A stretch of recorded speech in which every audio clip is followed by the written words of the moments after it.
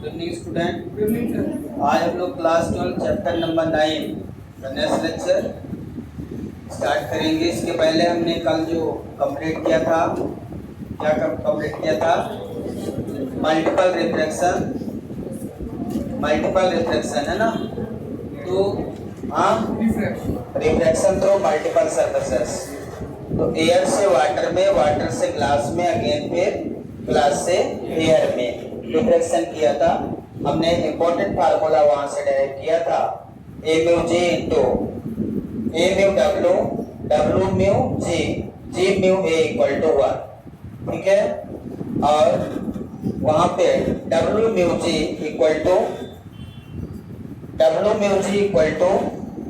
क्या formula derive किया था?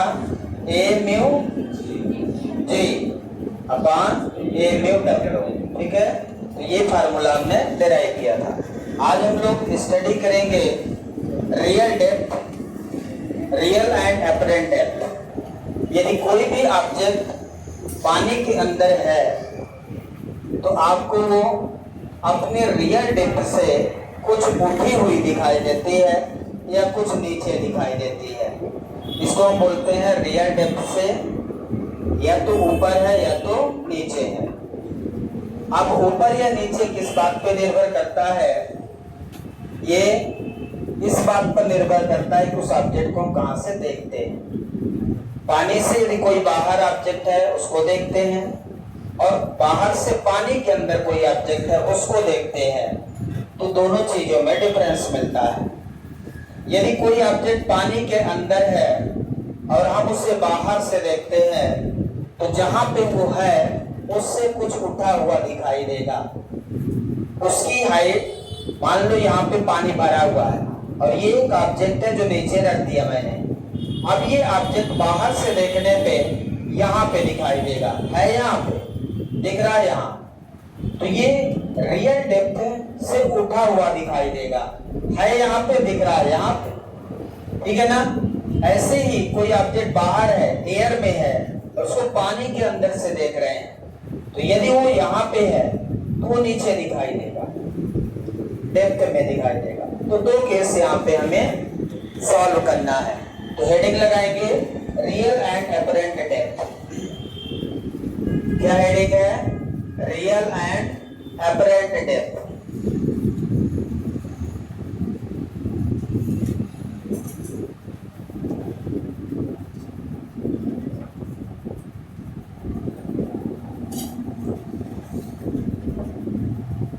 रियल एंड अपरेंट डेप्थ है ना, real and apparent depth.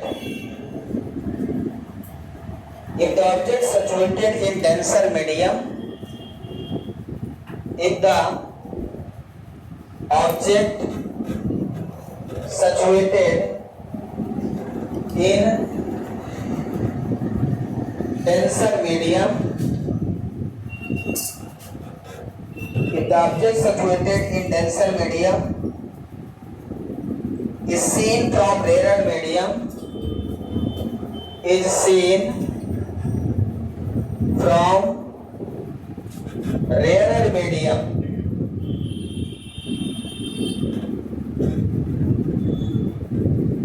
then it appears to be raised up to, then it appears to be raised, मतलब यदि किसी ऑब्जेक्ट को हम रेयर मीडियम से देखते हैं और ऑब्जेक्ट कहाँ है? डेंसर मीडियम में, तो वो हमें appears to be raised मतलब उठा हुआ दिखाई देता है ना। And if the object situated in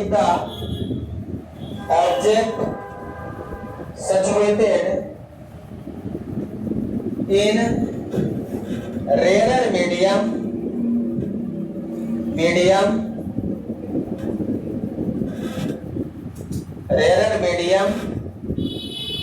is seen from denser medium,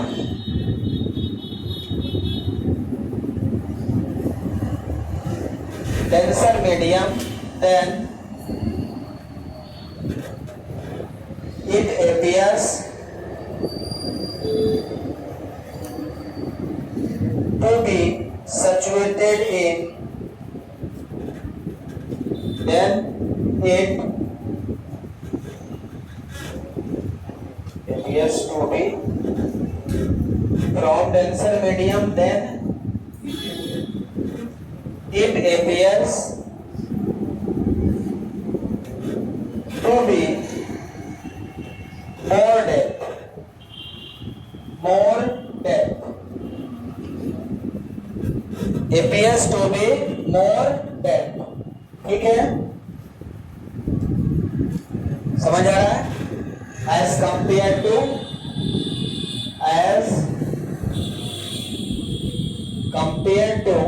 its real depth,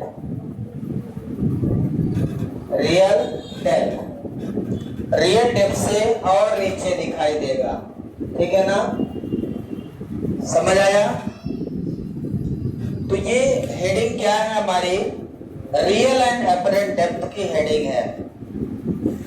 इसमें दो तरीके से हम किसी ऑब्जेक्ट को देख सकते हैं, या दो तरीके से हमारा कोई ऑब्जेक्ट कहीं पे हो सकता है। कंडीशन है रेरर मीडियम और डेंसर मीडियम। नॉर्मल अनुभव की बात है, आप सभी जानते हो। पानी के अंदर यदि कोई चीज, कोई ऑब्जेक्ट डाल दे और उसको बाहर से देखें, जैसे ये मार्कर ही पानी के ग्लास में डालें, ऐसे इस मार्कर को पानी के ग्लास में डालें, आधा डाल दें और आधा रहने दें, तो ऐसा लगेगा आधे से टूट गई है, थोड़ी दिखाई देती है, नहीं दिखता।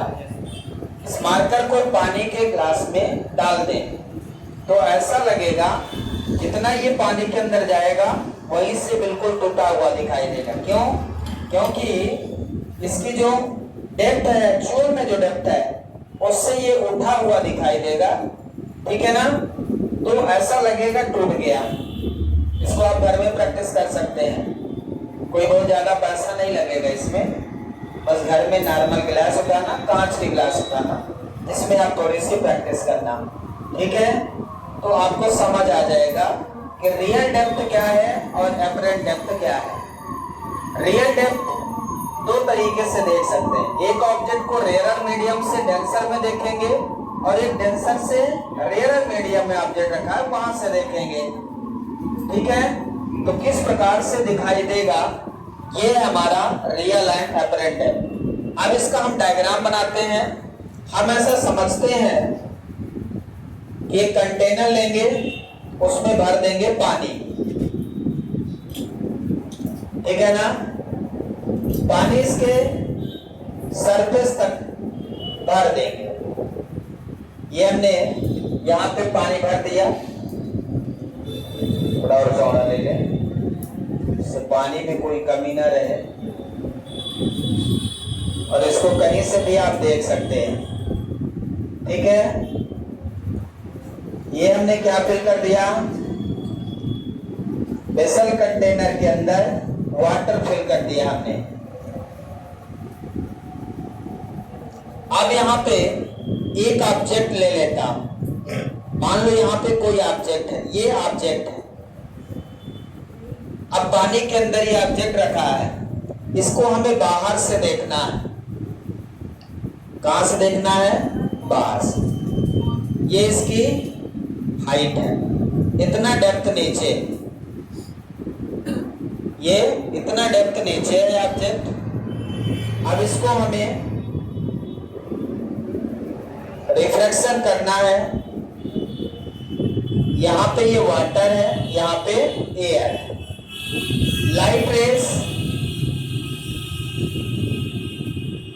वाटर से एयर में जाएगी, और यदि लाइट रेज वाटर से एयर में जा रही है तो it bends away from normal, सीधा ना जाके मुड़ जाएगी। ये मुड़ गई। ठीक है, और यहां से कोई देख रहा है, यहां पे आंख बना देना।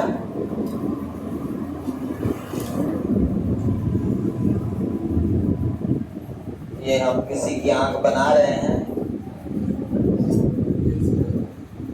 हाँ, कोई भी समझ सकता है कि ये हमारी आंख है। जिसकी जैसी लगे उसे समझ लेना। थोड़ी काली है तो कोई बात नहीं, चलता है। ठीक है, ऑब्जेक्ट हमारा कहाँ है? यहाँ पे। ये P पॉइंट में ले लेता हूँ। P पॉइंट पे ऑब्जेक्ट है। यहाँ का पॉइंट Q ले लेता हूँ और यहाँ जहाँ आंख है वो क्या है? R point. आपको यहाँ से देखना है, जो देखे वही उसी की आंख है, ऐसा समझ लो। कौन देखेगा पता नहीं। PQR, यहाँ पॉइंट ले लेते हैं O, यहाँ पे एक पॉइंट ले लेते हैं O, ये L पॉइंट ले लिया। ठीक है, डायग्राम को अच्छे से बनाएंगे पहले, उसके बाद हम चर्चा और करेंगे आगे। यहाँ तक बना ले अच्छे से। तो ये ऑब्जेक्ट कहाँ पे है? डेंसर मीडियम में है। ऑब्जेक्ट कहाँ पे है? डेंसर मीडियम में। एक कहाँ से रहे हैं? रेयरर मीडियम से। इफ द ऑब्जेक्ट, पॉइंट पढ़िए, if the object saturated in denser medium, पहला पॉइंट फॉलो करना है आपको। If the object saturated in denser medium is seen from rarer medium, object यदि डेंसर मीडियम में है और इसे हम रेयरर मीडियम से देख रहे हैं, then it appears to be raised, then it appears to be raised। यदि ऑब्जेक्ट यहाँ है तो यहाँ नहीं दिखाई देगा, ये ऊपर दिखाई देगा। कहाँ दिखाई देगा? इसको पीछे बनाए, इस लाइन को सीधा पीछे बढ़ा दें, यहाँ पे दिखाई देगा। सो this is the point P dash. So this is the point P dash. Object यहाँ है, दिखाई कहाँ देगा? यहाँ।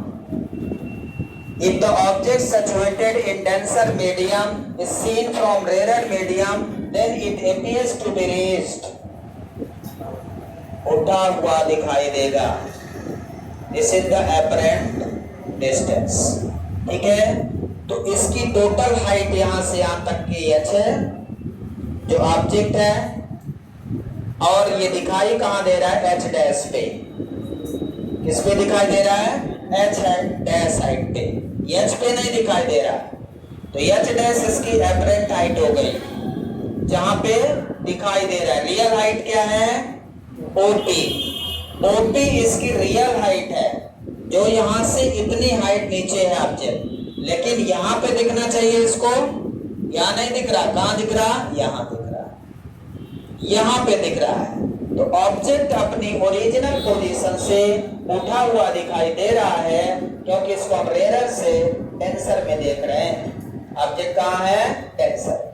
ये रिवर्स प्रोसेस हो जाए तो ये, यदि ऑब्जेक्ट यहाँ है तो यहाँ दिखेगा। रिवर्स प्रोसेस हो जाए तो ऑब्जेक्ट क्या होगा? अपने ओरिजिनल पोजीशन से डेप्थ में दिखाई देगा। क्लियर है? ये स्टेटमेंट समझ आया जो लिखा है? ठीक है, अब इसी को हम प्रूव करने जा रहे हैं कि फाइनल फार्मूला क्या होगा इसका। तो ये जो लिखा है सबको क्लियर है? ओके। अब यहाँ पे सारे पॉइंट हम लिखते हैं। लाइट रेज यहाँ से इंसिडेंट हो रही है, तो this is the angle of incident. ये एंगल ऑफ इंसिडेंट है और ये अल्टरनेट एंगल हो जाएगा।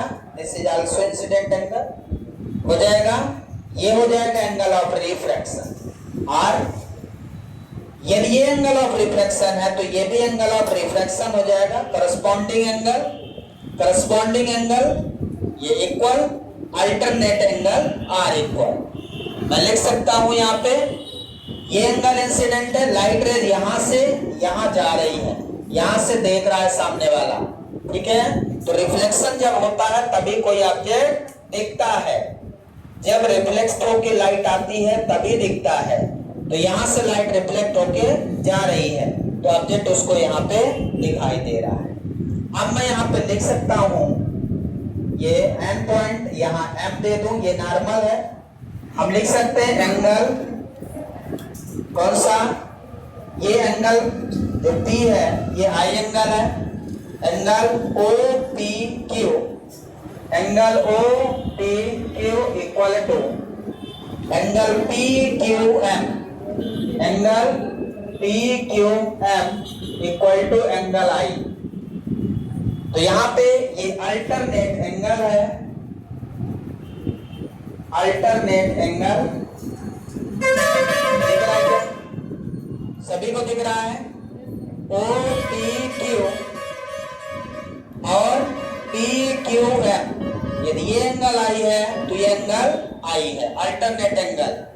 अब यहां पे angle O P dash Q N Q R equal रहेगा angle O P dash Q equal to angle N Q R equal to angle R. ये हो जाएगा corresponding angle, corresponding angle are equal. ठीक है, समझ आ रहा?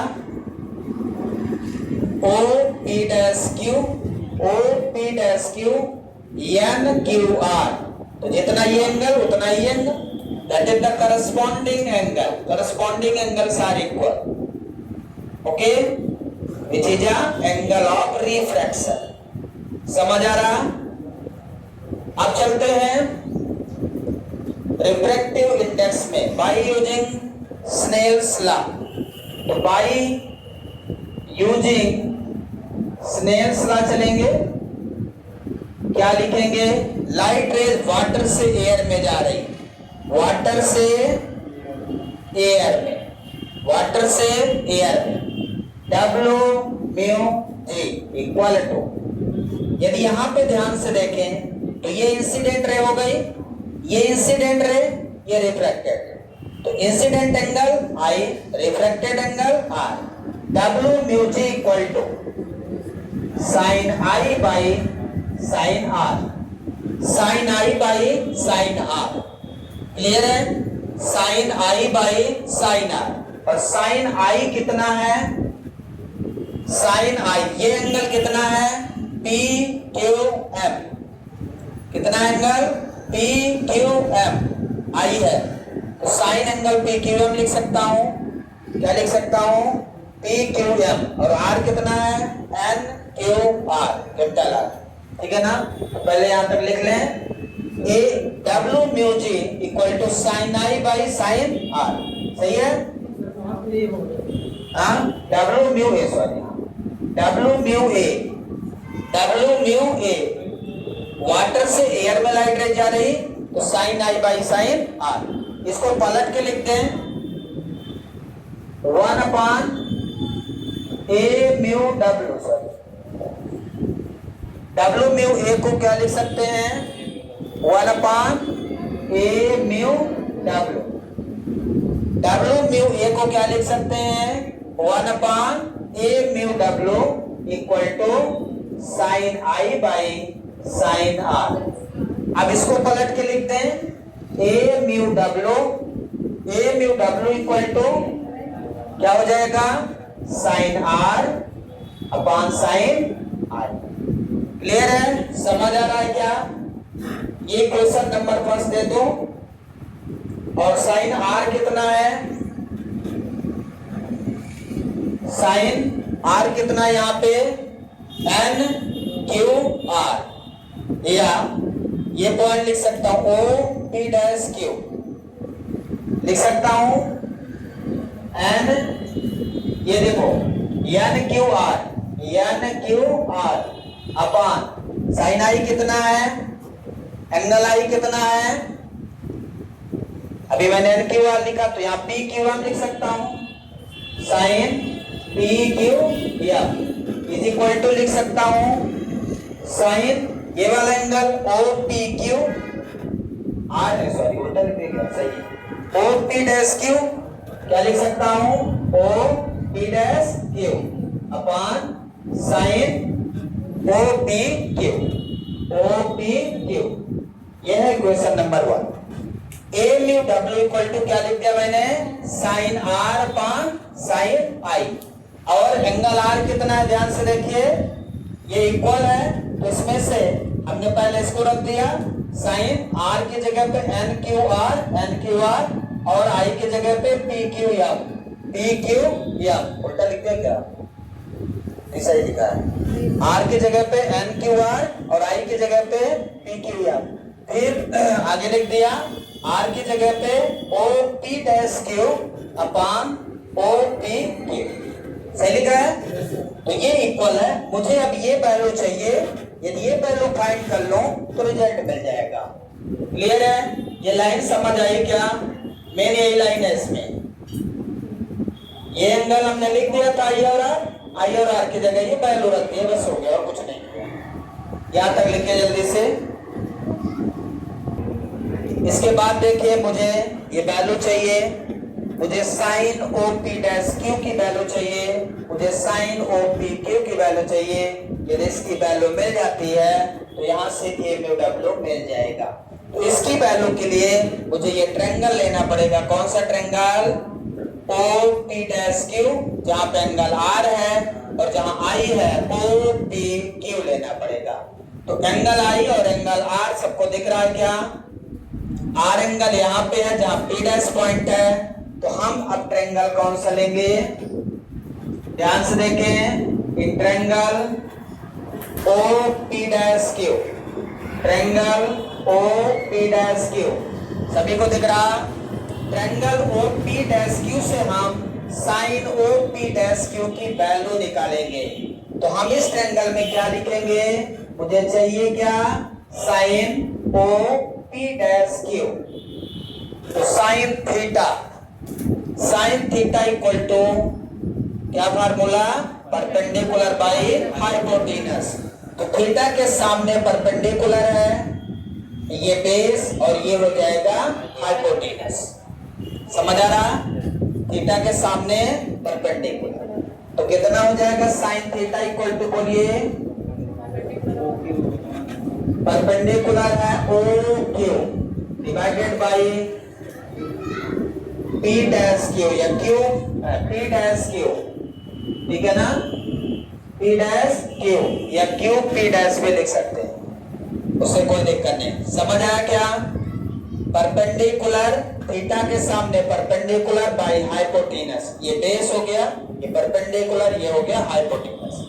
समझ आया? ये sine OP' equal to OQ by P'। Clear है? इसके बाद मुझे निकालना है ये in triangle OPQ, triangle OPQ, इसमें निकालेंगे साइन थीटा। तो साइन OPQ इक्वल टू, अब ये थीटा आई है, इसके सामने परपेंडिकुलर यही रहेगा OQ डिवाइडेड बाई हाइपोटेनस कितना हो जाएगा? PQ। समझ आया क्या? ये दोनों वैल्यू यहां पे रख दें, ठीक है? तो put above value in equation first. Equation first में वैल्यू रख दीजिए। तो इक्वेशन फर्स्ट क्या है? A mu W equal to sine OP' upon sine OPQ equal to कितना है? साइन OP' कितना है? OQ divided by P' upon कितना हो जाएगा? OQ divided by PQ। Clear है? A mu W equal to, इसको अलग से लिख लें, OQ divided by P' into, पलट जाएगा PQ divided by OQ। OQ से OQ कैंसिल हो गया, बचा क्या? A mu W equal to PQ divided by P', ठीक है?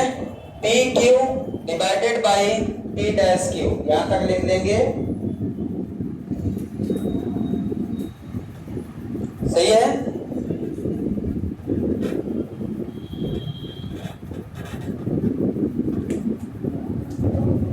बाद देखिए यहाँ पे जो पॉइंट Q है, it is this point are very close to point O।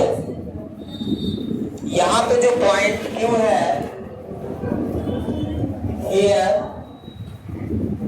Point Q is very close to point O। जो पॉइंट Q है वो पॉइंट O के बहुत क्लोज है। ये पॉइंट Q जो है ये पॉइंट O के बहुत क्लोज है। यदि ऐसा है तो मैं यहां से लिखने जा रहा हूं क्या, PQ equal to PQ nearly equal to OP and P dash Q nearly equal to OP dash। मतलब जो ये डिस्टेंस है, ये पॉइंट यदि इसके बहुत पास है तो Q point replace by point O, Q replace by O point, तो जो QP डैश था वो OP डैश हो जाएगा और जो PQ था वो OP हो जाएगा। ये पॉइंट O के नजदीक आ गया। जो पॉइंट Q है वो O के बहुत पास है। यदि उसके बहुत पास है तो Q को हम O से रिप्लेस कर दें। सो this is the replacement, PQ replace by OP and P dash Q replaced by OP dash। So what is refractive index? क्या हो जाएगा, A mu W equal to क्या लिख देंगे, PQ की जगह OP divided by OP dash. अब ये OP क्या है, रियल डेप्थ है। दिख रहा क्या, OP क्या है, ऑब्जेक्ट की रियल डेप्थ है। इसको लिख सकते हैं यहाँ पे रियल डेप्थ, रियल डेप्थ। और OP डैश क्या है, OP डैश क्या है, अपरेंट डेप्थ है, जहां पे ऑब्जेक्ट दिखाई दे रहा है लेकिन है कहां पे, P पे है। ऑब्जेक्ट P पे है लेकिन दिख रहा है P डैश पे। तो OP हमारी ऑब्जेक्ट की रियल डेप्थ है और OP डैश है हमारा apparent depth.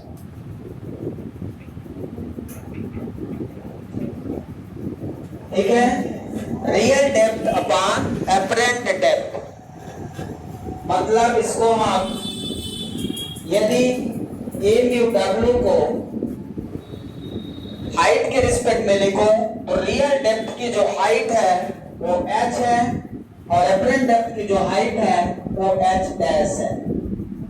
A mu W equal to h upon h dash, h upon h dash.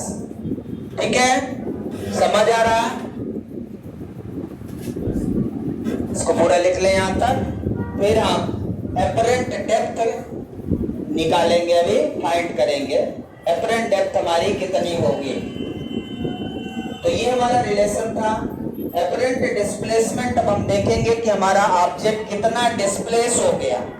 Object यहाँ है, ये यहाँ पहुंच गया। ये अपरेंट डिस्प्लेसमेंट हमें फाइंड करना है कि हमारा ऑब्जेक्ट कितना डिस्प्लेस्ड हो गया है। तो अपरेंट डिस्प्लेसमेंट निकालेंगे, ठीक है ना। अपरेंट डिस्प्लेसमेंट हमारा PP डैश है, इसको मिटा दे इधर, इधर सबने लिख लिया। तो वैसे तो एक्सप्रेशन यही है हमारा, बट कितना डिस्प्लेसमेंट हुआ इसको हम फाइंड करेंगे। अपरेंट डिस्प्लेसमेंट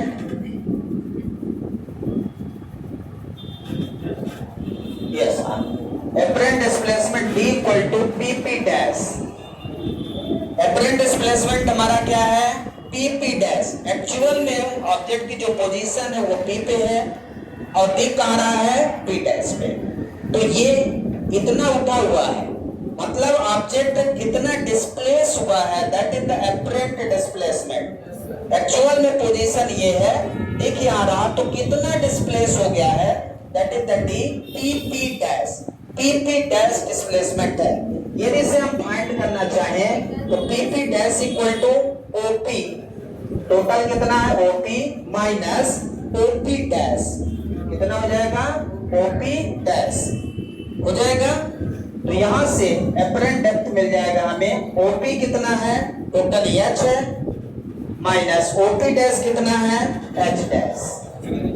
यहां से एच कॉमन ले लें तो कितना हो जाएगा 1 minus H dash upon H. यहाँ पे रेशियो देखिए उल्टा लिखना है, एच डैश कॉमन लेना है, इसके हिसाब से निकाल लें, ठीक है ना। तो एच डैश यदि कॉमन ले लें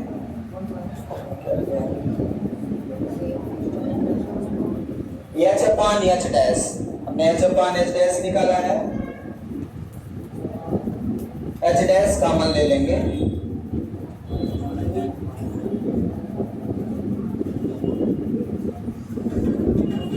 माइनस में आ जाएगा, फिर एच कॉमन ले लेता हूं 1 minus H dash upon H, D equal to कितना आ गया H into 1 minus H dash by H, और एच डैश बाई एच की वैल्यू कितनी है ए म्यू डब्ल्यू, ठीक है। तो यहाँ पे वैल्यू पुट कर देंगे एच 1 माइनस